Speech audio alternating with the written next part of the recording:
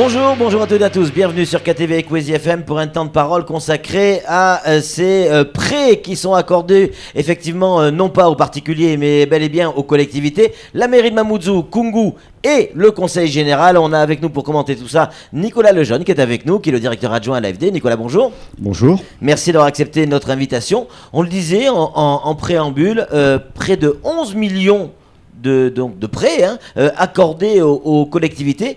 C'est la fin de la série ? Pour l'année 2014, ouais. Oui, c'est les 3 derniers prêts que nous avons octroyés, donc avec les 2 principales communes de Mamoudzou et dont on sait qu'elles sont importantes pour la population. Ces prêts ont vocation à leur faciliter les investissements nécessaires. On parlait tout à l'heure des événements grandes pluies, etc. Ça permet de faire des investissements dans la voirie, dans la MJC et ce genre de choses. Donc des choses pour Mamoudzou, c'est combien à peu près ?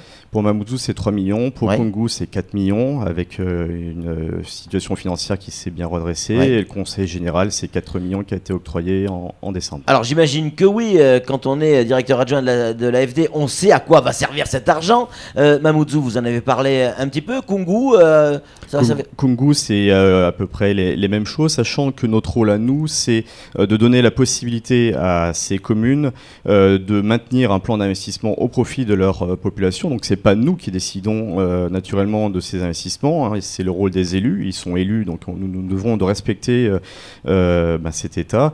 Et par contre, il est vrai que derrière, nous menons tout un travail, j'ai envie de dire, d'explication, d'analyse financière, rétrospective, prospective, de telle manière à ce qu'ils puissent se prospecter de la manière la plus pérenne possible pour qu'ils puissent répondre au mieux par rapport aux besoins de la population. Et ça a été l'occasion, par exemple, d'une formation sur la fiscalité locale que nous avons menée en lien avec le CNFPT et notre centre de formation qui est basé à Marseille, qui est venu, qui a fait venir des experts sur le sujet. Et je crois que tout le monde, y compris les gens de la préfecture, étaient très heureux de ces éléments. Samuel Bocher, le rédacteur en chef de France Matin Matin, a une question à vous poser. Alors en ce qui concerne le conseil général, c'est une première, ça faisait longtemps que vous n'aviez pas travaillé avec le conseil général du fait de son déficit. Là, c'est pour financer tout autre chose. C'est un investissement qui est bien particulier quand même, qui prépare l'avenir.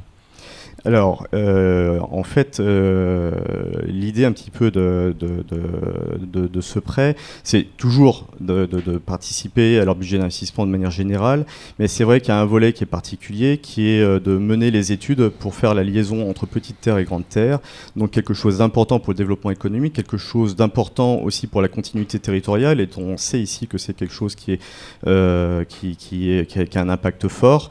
Naturellement, ce type de liaison est quelque chose d'assez technique, qui nécessite des études assez poussées, assez coûteuses.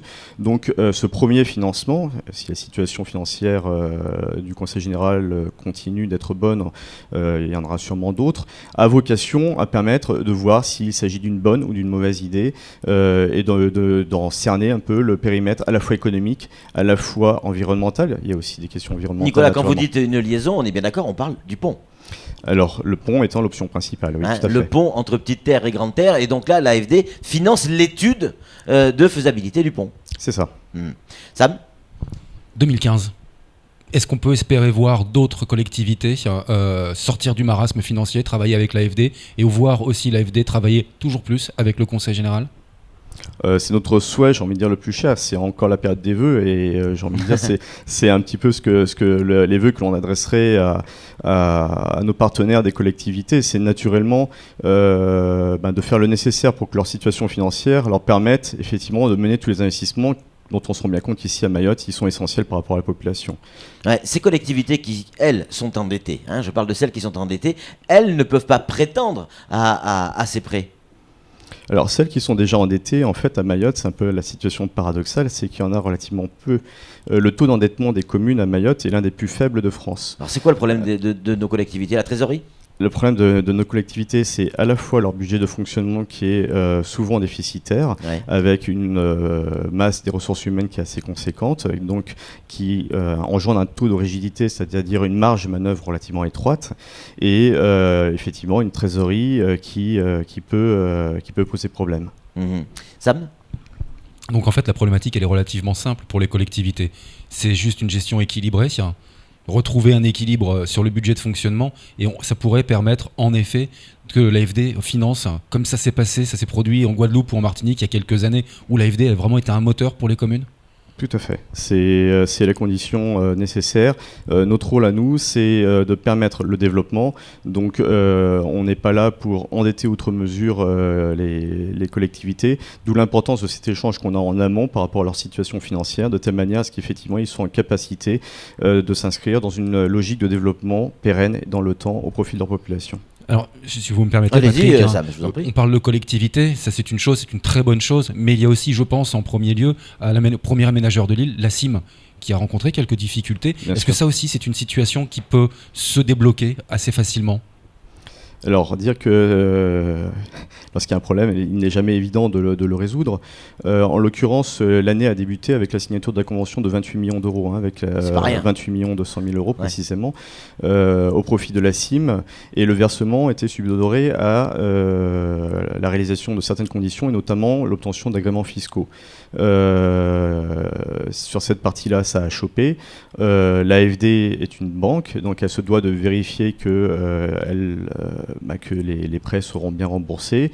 On a mené un certain nombre de travail en lien avec les tutelles, c'est-à-dire notamment le ministère de l'Outre-mer, pour voir comment aborder cette problématique. Et effectivement, nous avons pu trouver les solutions permettant de verser déjà la moitié de ce prêt. Et puis, Nicolas Lejeune, il y a également les entreprises privées. On en parlait tout à l'heure un petit peu. Il y a 150 entreprises qui se disent effectivement être en difficulté. Vous les avez toutes rencontrées ? Alors ça, c'est un point de regret, effectivement. C'est-à-dire que nous proposons ce qu'on appelle le produit Avance Plus, qui est une avance de trésorerie qui permet à toute entreprise dont la trésorerie est impactée par des retards de paiement des factures de la part des collectivités, d'avoir une ligne sur laquelle ils peuvent puiser à hauteur d'un montant qui est prédéfini en fonction de leurs besoins. Donc naturellement, ça évite quand même des situations assez périlleuses. Et naturellement, les entreprises qui étaient un peu en situation compliquée liée à celle de la CIM pouvaient tout à fait faire appel à ce produit. Ce qui n'a pas été forcément le cas. Quand vous dites que c'est votre regret, c'est que selon les informations, à peine une dizaine auraient pris contact avec vous, c'est ça ? C'est ça. Il y a aussi un autre point qui a disparu en 2014, c'est le fonds Mahorais de garantie qui garantissait l'activité de certaines entreprises. Ça aussi, qu'est-ce qui va se passer pour elles ? On parle bien de garantie. Hein. Oui, le fonds Mahorais de garantie, pas de développement. Il y en a plein qui ont fait l'amalgame. Alors le fonds de garantie, le FGM, ne disparaît pas en fait, il rejoint le dispositif national de la BPI, donc il y a toujours un fonds de garantie. Les modalités sont un peu différentes, on monte plus haut en gamme, c'est-à-dire qu'on peut garantir des montants plus importants.